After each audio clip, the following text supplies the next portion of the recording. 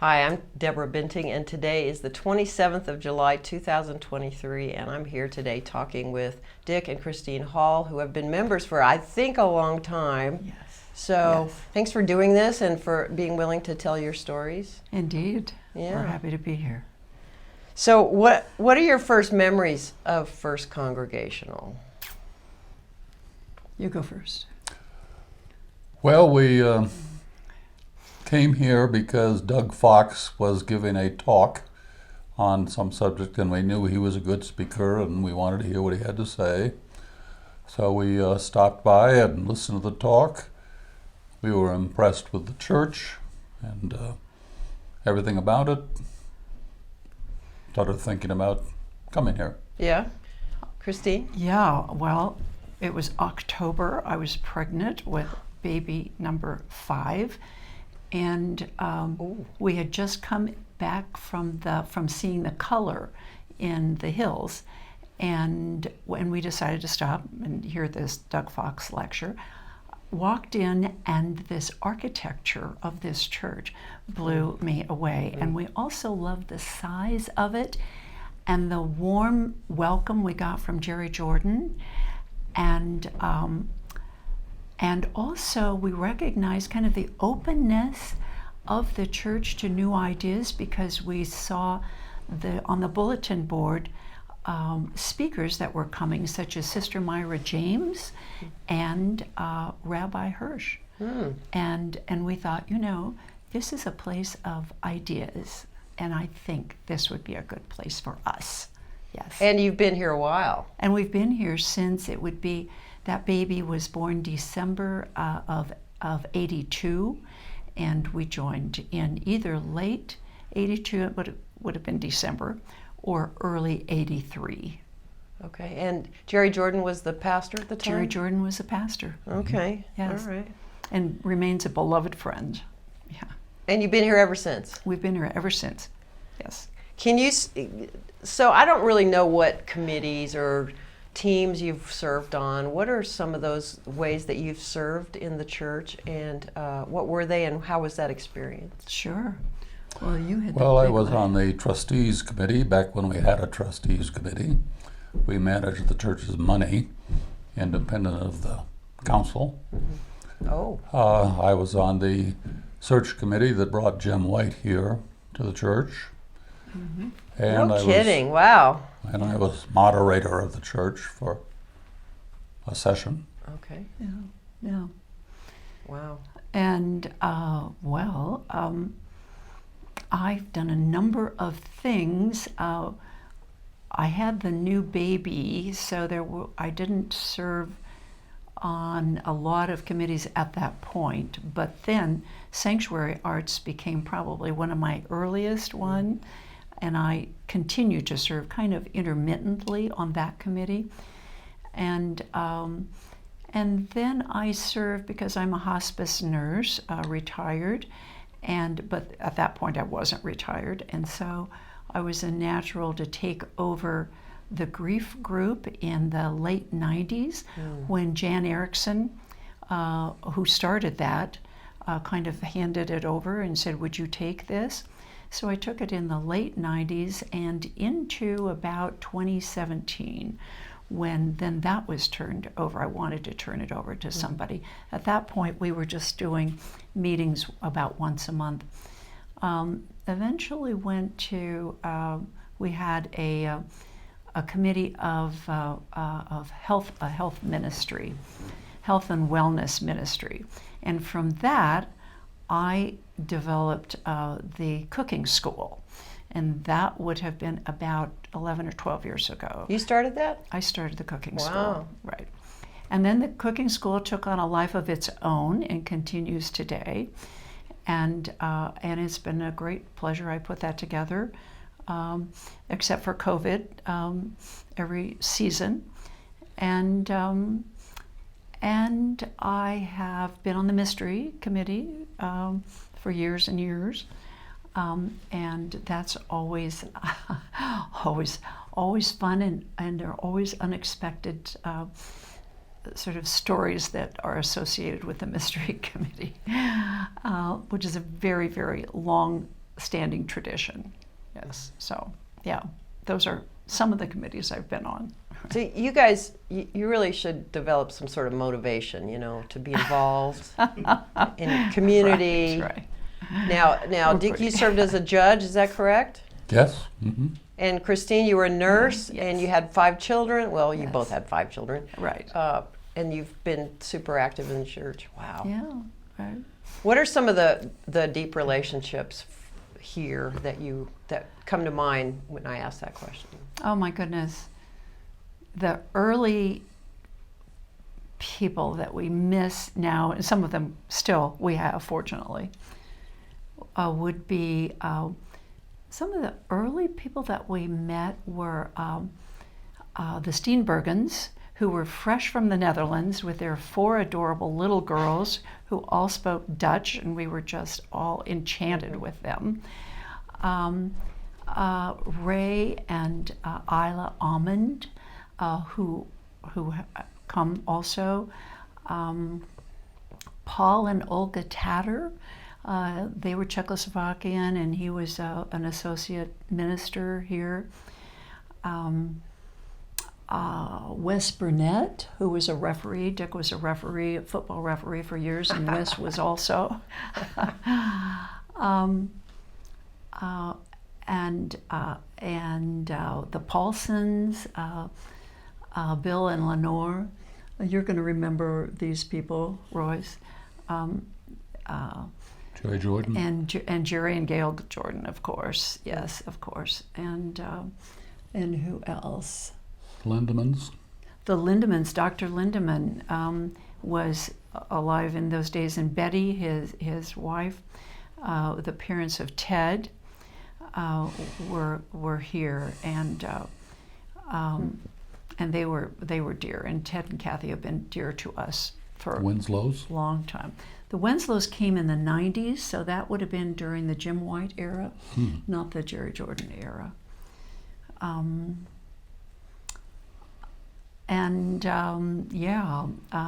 we have found our very best sort of circle of friendship here. And a lot of activities that give our lives meaning, we have found here in the church. You've traditions and so forth. Yeah. And you've lost some friends. Oh, indeed. We're now in the age group where instead of going to weddings and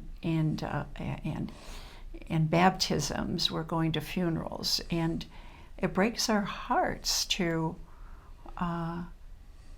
lose our friends. It truly does, but it is part of life, and it is where we are in that spectrum.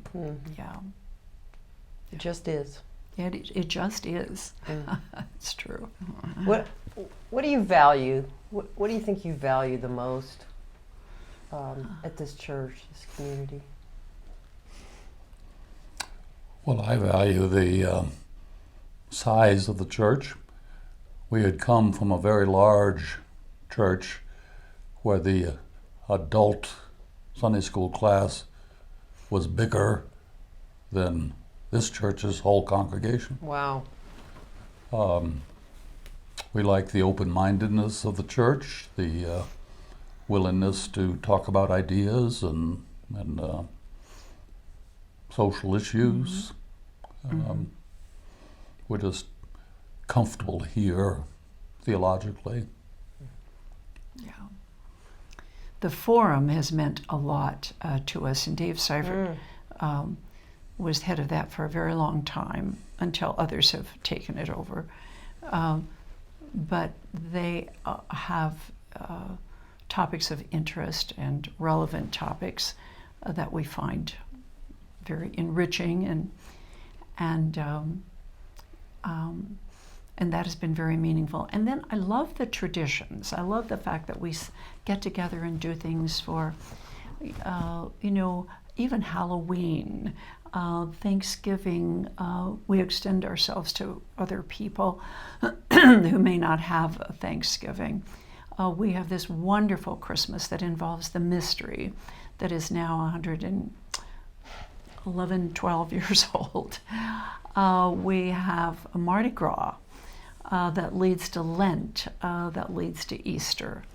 We have Jazz Sunday, we have Folk Sunday. We have a lot of things that have just become traditions within this church, to be sure. And that, I think, is very rooting for us. It helps root us and keep us just stable within where we are in time. Yeah. If I ask you this question, what's the first thing that comes to your mind?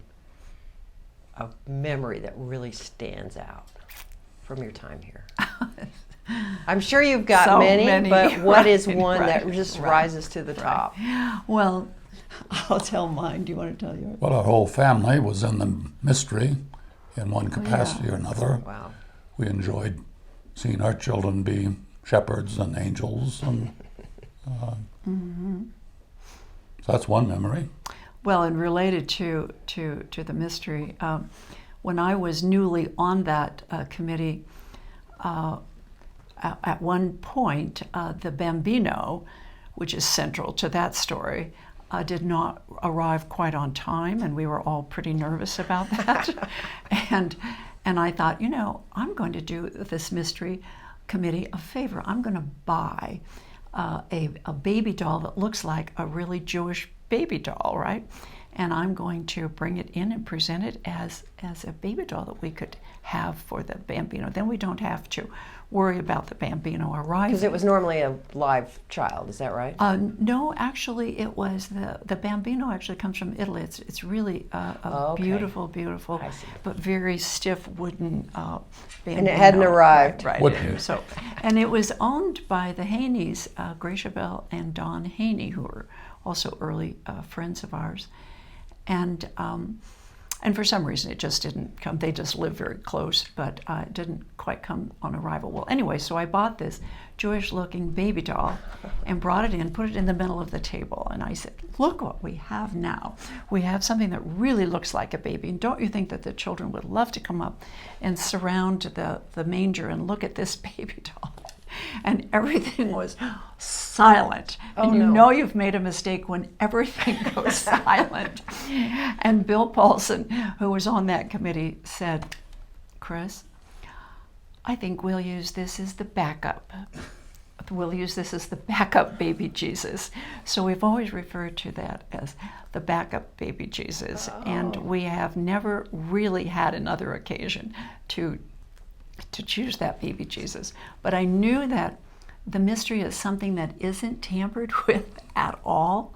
We have kept it exactly as it always was throughout all these years. And you don't bring in a backup baby Jesus. A spare, as You they would get say the- in England, you right? get- You get that. So the spare right never rose to the Bambino. challenge. Right. Okay.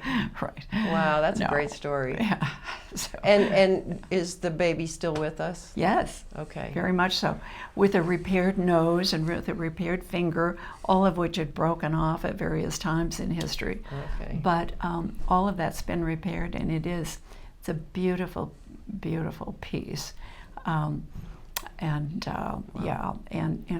But it is pretty stiff.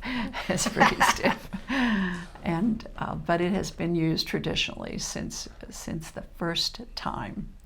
Wow. So Yeah. more than 100 years. Yeah. Wow. And that goes back even farther. The Bambino is older than that. Comes from Italy. Chuck Benson is the expert on that. Wow. Yeah. Interesting.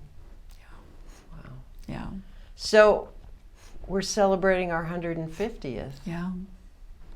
It's amazing. We're not quite that old. You're but not quite that close. old. You weren't baptized here. Right. So what advice might you have for the church going into the next 150?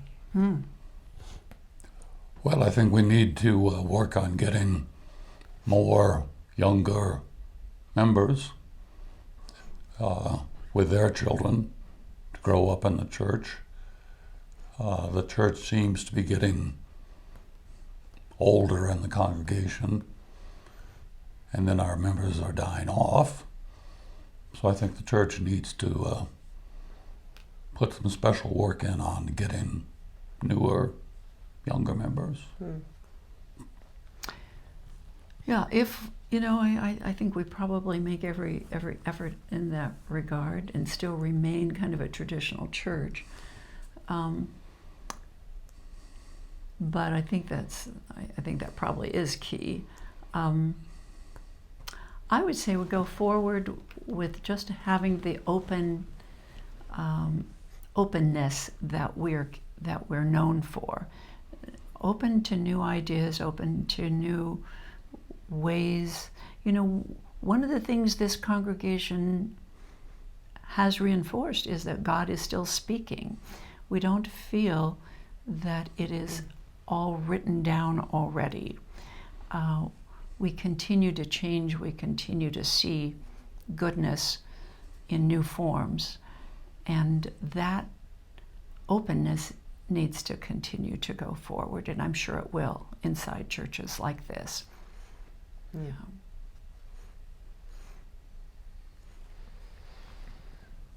Any other specific memories you'd like to share about? No, I don't think so.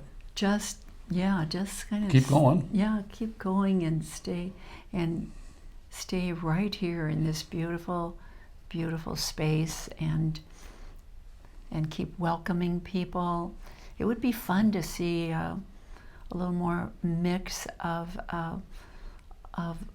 cultures and races. I think we welcome that. We're starting to see that, but that would be,